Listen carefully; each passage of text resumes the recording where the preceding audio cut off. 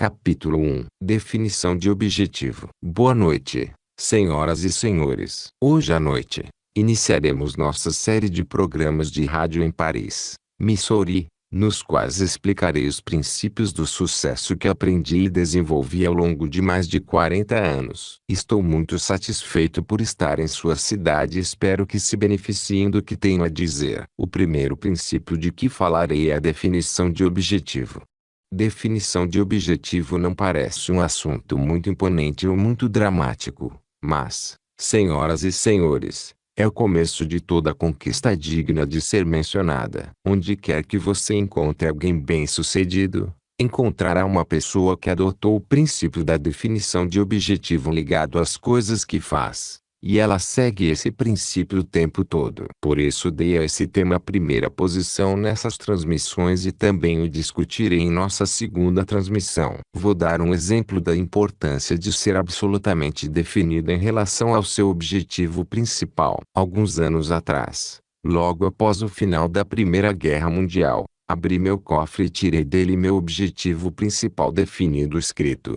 E no parágrafo em que declarava a minha renda projetada para aquele ano de 1919, os $10.000 por ano, peguei o lápis e adicionei um zero a esse números, transformando em os $100.000, e devolvi a declaração escrita ao cofre. Eu acreditava que precisava subir o padrão das minhas pretensões, e não creio que tenham passado mais de 3 semanas antes de um homem do Texas entrar no meu escritório e me fazer uma oferta de os $100.000 ao ano, se eu fosse ao Texas e passasse 3 semanas por mês escrevendo literatura de vendas para ele. Aceitei o contrato, que ele redigiu, assinei. Fui até lá e acabei arrecadando cerca de os $10 milhões para ele. Ele havia redigido um contrato que era, eu diria, muito cheio de armadilhas. Especificava que, a menos que eu ficasse um ano inteiro, não receberia nenhum salário. Em pouco tempo, comecei a perceber que ele fazia mau uso desses fundos e, em vez de ficar o ano inteiro, eu entreguei ao FBI. Voltei para Chicago e perdi todo o meu salário até aquele momento. Então, abri o cofre novamente e peguei o objetivo principal definido que eu havia anotado e o li com atenção. Ele foi redigido da seguinte maneira: vou trabalhar para ganhar durante o ano de 1919 a soma de os $100.000. Quando li com atenção, percebi imediatamente o que estava errado nessa afirmação. E me pergunto se você poderia dizer qual é o erro antes de eu contar. Não há nenhuma dúvida de que trabalhei para ganhar os $100.000, porque dificilmente alguém não ficaria feliz em pagar os $100.000 por serviços que aumentaram seu capital em os $10 milhões. Eu trabalhei, tudo bem, mas não ganhei. Quero dizer agora por que não ganhei. Não ganhei porque não incluí duas palavras importantes na minha afirmação. Revise a declaração como eu a redigi e veja se consegue fornecer essas duas palavras importantes. Repito a afirmação: vou trabalhar para ganhar durante o ano de 1919 a soma de os $100.000. Isso é definido ou não? Você acha que é? Parece definido de certa forma. Não é? Não.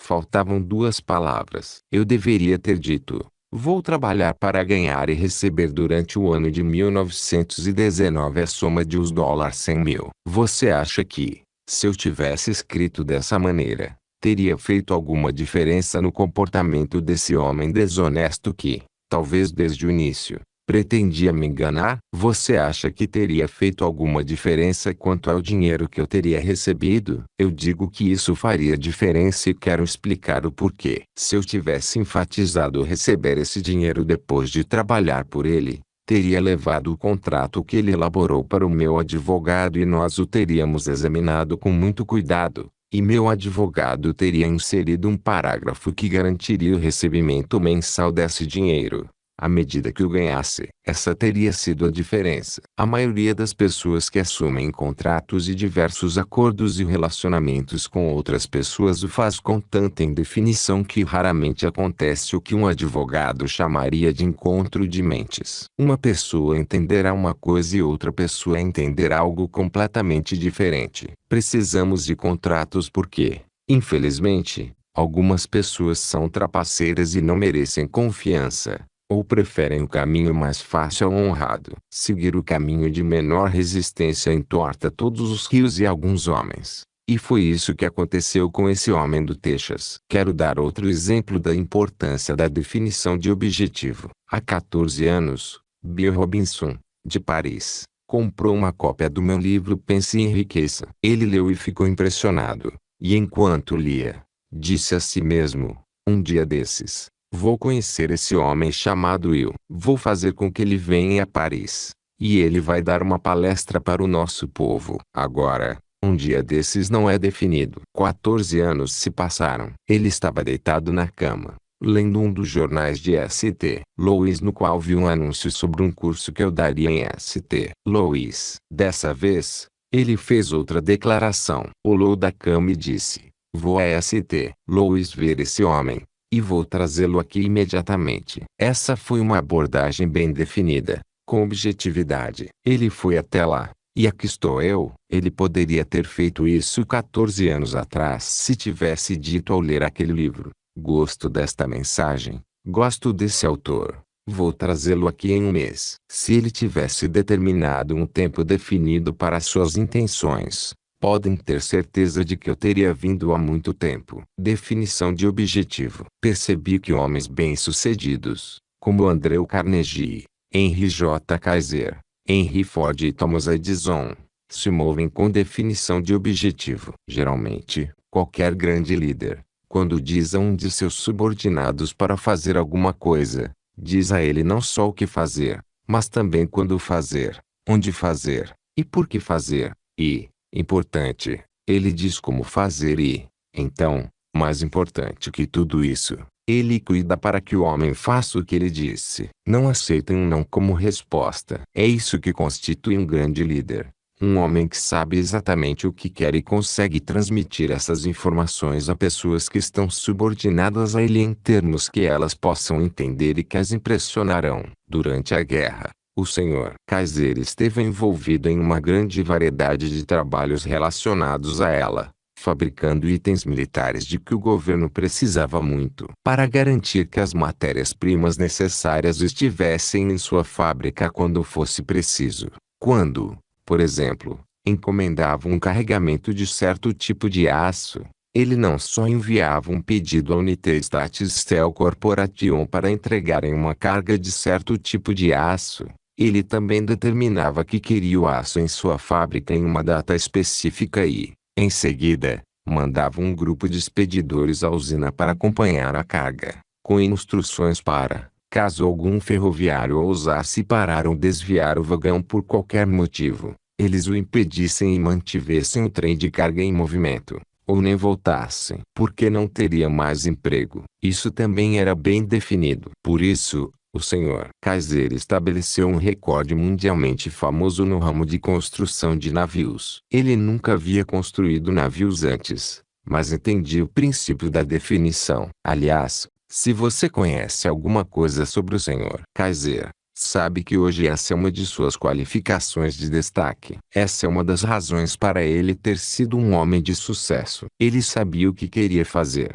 Elaborou um plano para fazer o que queria e foi muito definido sobre todos os seus planos. Esse o que, quando, onde, por que e como fazer é o que chamo de fórmula WWWH, em inglês, what, when, where, will. Não seria uma má ideia cada um de vocês na plateia ter um belo broche na lapela ou no vestido com uma WWWH. A maioria das pessoas que virem esse broche não saberá o que significa. Mas você saberá. Ele manterá em sua mente que, quando você mandar uma pessoa fazer alguma coisa, deve ser definido na ordem. Você deve dizer a ela o que, quando, onde, por que e como fazer e, em seguida, deverá acompanhar a pessoa e garantir que ela cumpra a ordem. Vou falar agora sobre a diferença entre um homem bem-sucedido e outro que não tem sucesso. Você observou uma pessoa mal-sucedida e, geralmente, quando ela dá instruções ou expressa seus desejos, é de uma maneira muito descuidada, solta e indefinida, e os resultados que ela alcança têm essas mesmas características. Quando fui contratado por Andrew Carnegie, cerca de 44 anos atrás, para ser o autor da primeira filosofia prática de conquistas individuais do mundo. Fiquei na casa do Sr. Carnegie por 3 dias e noites. Ele me analisava com cuidado, e eu não sabia que era analisado. Não sabia o objetivo daquilo. Descobri anos depois que o que ele queria descobrir sobre mim, mais que tudo, era se eu tinha essa qualidade de ser definido sobre as coisas que eu me comprometia a fazer. No final do 3º dia, ele me chamou em sua biblioteca e disse: "Estamos conversando aqui há 3 dias sobre uma filosofia de que eu acho que o mundo precisa. Uma filosofia que acho que dará ao homem comum o conhecimento adquirido por homens de sucesso como eu, que obtiveram esse conhecimento durante uma vida inteira de experiências pelo método de tentativa e erro. Quero uma filosofia em termos simples que dê ao homem comum a vantagem de tudo que foi aprendido por homens de sucesso. Quero fazer uma pergunta sobre isso." Então ele me fez essa pergunta. Ele disse: "Se eu contratar você para se tornar o autor dessa filosofia, indicar os homens de destaque neste país para colaborar com você, homens que são autoridades sobre o assunto sucesso, vai estar disposto a dedicar 20 anos de sua vida pesquisando, trabalhando paralelamente por seu sustento enquanto se dedica a isso, sem nenhum subsídio meu? Sim ou não?" Acho que me agitei por alguns segundos. Para mim, pareceu uma hora. Por fim, o Sr. Carnegie disse: "Bem", e começou a me fazer outra pergunta. Eu interrompi: "Sim, Sr. Carnegie. Não só aceito a incumbência, senhor, como também afirmo que pode contar comigo para sua conclusão." Ele disse: "Era isso que eu queria ouvir de você." E também disse: "Eu queria ver a sua expressão e ouvir seu tom de voz quando respondesse." Ele tomou a decisão ali, naquele momento, de me dar uma incumbência que havia sido negada a outros homens, alguns deles professores universitários. Ele disse que, quando fez a mesma pergunta a esses homens, o tempo de reação até a resposta variou de 3 horas a 3 anos, e alguns nunca responderam. Ele queria alguém capaz de ser definido, que pudesse decidir, tendo em mãos todos os fatos, se faria ou não alguma coisa. Quando lancei a Golden Rule Magazine, no dia do armistício de 1918, não tinha capital para isso. Tinha estado a serviço do presidente dos Estados Unidos durante toda a guerra. A escola da qual eu era presidente e proprietário havia se desintegrado totalmente em consequência da guerra. Mas eu queria publicar uma Golden Rule Magazine. Tinha pensado nisso durante muitos anos. Acreditava que havia chegado a hora de o público receber uma revista desse tipo. Tudo de que precisava era de um pequeno detalhe: os $100.000 para começar. Só isso. Se eu tivesse ido a um banco e pedir um empréstimo de os $100.000, provavelmente eles teriam apertado um botão secreto e alguns brutamontes teriam me agarrado e entregado à polícia, porque iriam pensar que eu era maluco. Eu não poderia levantar um empréstimo de os $100.000 de fontes privadas, porque o que tinha a oferecer como garantia era intangível. Então, elaborei um plano para obter esse dinheiro, ou seu equivalente, e só levei 3 dias para ter a quantia em mãos. Antes de abordar o homem a quem pretendia dar o privilégio de me emprestar esses os $100.000, sentei na frente da máquina de escrever e redigi o editorial que pretendia publicar na capa da revista, como se já tivesse o dinheiro. Encerrei o editorial dizendo que preciso de os $100.000, pelo menos, para iniciar esta revista. De onde virá o dinheiro? Eu não sei. Mas uma coisa eu sei: publicarei e distribuirei a Golden Rule Magazine neste ano. Isso foi muito definido. Levei o editorial a um gráfico muito rico, o Sr. George B. Williams, de Chicago. Deixei que ele me convidasse para almoçar no Athletic Club de Chicago. Permiti que gastasse os $3,85 em um almoço que não comi, nem toquei. Enquanto isso, eu conversava, contava a ele sobre a revista. E quando pensei ter dito tudo o que ela precisava saber, peguei o editorial e entreguei a ele. Quando leu a conclusão sobre eu não saber de onde viria o dinheiro, ele disse: "Gosto da sua ideia. Gosto de você. Gosto de você há muito tempo e acho que é capaz de fazer esse trabalho. Trago o original. Eu imprimo a revista. Nós a colocaremos nas bancas e a venderemos. E quando for vendida, eu recuperarei o meu dinheiro primeiro e, Se sobrar alguma coisa, pode ficar para você. E foi assim, senhoras e senhores, que a Golden Rule Magazine foi lançada. Ela alcançou a circulação de mais de 500 mil exemplares nos primeiros 6 meses, e apurou no primeiro ano um lucro líquido, cobertas todas as despesas, de US$ 3.150. Mais tarde, quando eu escrevi editoriais para a revista de Bernard McFadden, contei essa história, e ele disse: "Eu conheço você há muito tempo e tenho um grande respeito por sua capacidade. Mas tem alguma coisa errada nesses valores. Você não devia ser bom em matemática quando estava na escola, porque sei que, para lançar uma revista nacional com alguma garantia de que vai conseguir mantê-la, precisará ter pelo menos US$ 1.000.000, e mesmo assim as chances de não recuperar nada desse dinheiro são de 50%, mais ou menos." Bem, quase morri de susto quando descobri que tinha feito algo que era considerado impossível. Ainda bem que eu não sabia disso antes de começar. Muitas pessoas, senhoras e senhores, nunca se comprometem com o que gostariam de fazer por medo de não conseguir. Ou esperam que todas as circunstâncias sejam perfeitas para começar. Você sabe que, se esperar até todas as circunstâncias serem perfeitas para realizar algo que está planejando, talvez durante muitos anos, nunca irá começar nada, porque as circunstâncias nunca serão perfeitas. Se quer muito fazer alguma coisa, reúna todas as informações possíveis, providencie todo o equipamento disponível e comece a fazer o que pode neste momento. Por mais estranho que pareça, é provável que, enquanto estiver usando as ferramentas que você tem em mãos, sejam elas quais forem, outras melhores, às vezes milagrosamente, sejam colocadas a seu serviço. Gostaria de saber se vocês, membros da minha audiência de rádio, não estariam interessados em ouvir qual é minha definição de objetivo para os próximos 5 anos. Estão interessados? Vou contar, porque assim terão a oportunidade de me ver em ação. Vocês vão ouvir esse anúncio, vão ver, passo a passo, como vou colocá-lo em prática. Vou trabalhar em período integral novamente, encerrando minha vida recente de lazer e retomando as palestras e os livros. Há várias razões para isso. Em primeiro lugar, pessoalmente, tenho todo o dinheiro de que preciso, se não ganhar mais nada pelo resto da vida. Tenho o suficiente para nos manter de acordo com o nosso estilo de vida. Todos os rendimentos excedentes serão usados exclusivamente para promover a distribuição dessa filosofia no mundo todo. Quero que a filosofia seja publicada em cada um dos principais idiomas do mundo e estou tentando garantir que isso aconteça. Descobri algo sobre essa filosofia nessas minhas idas a cidades como Paris,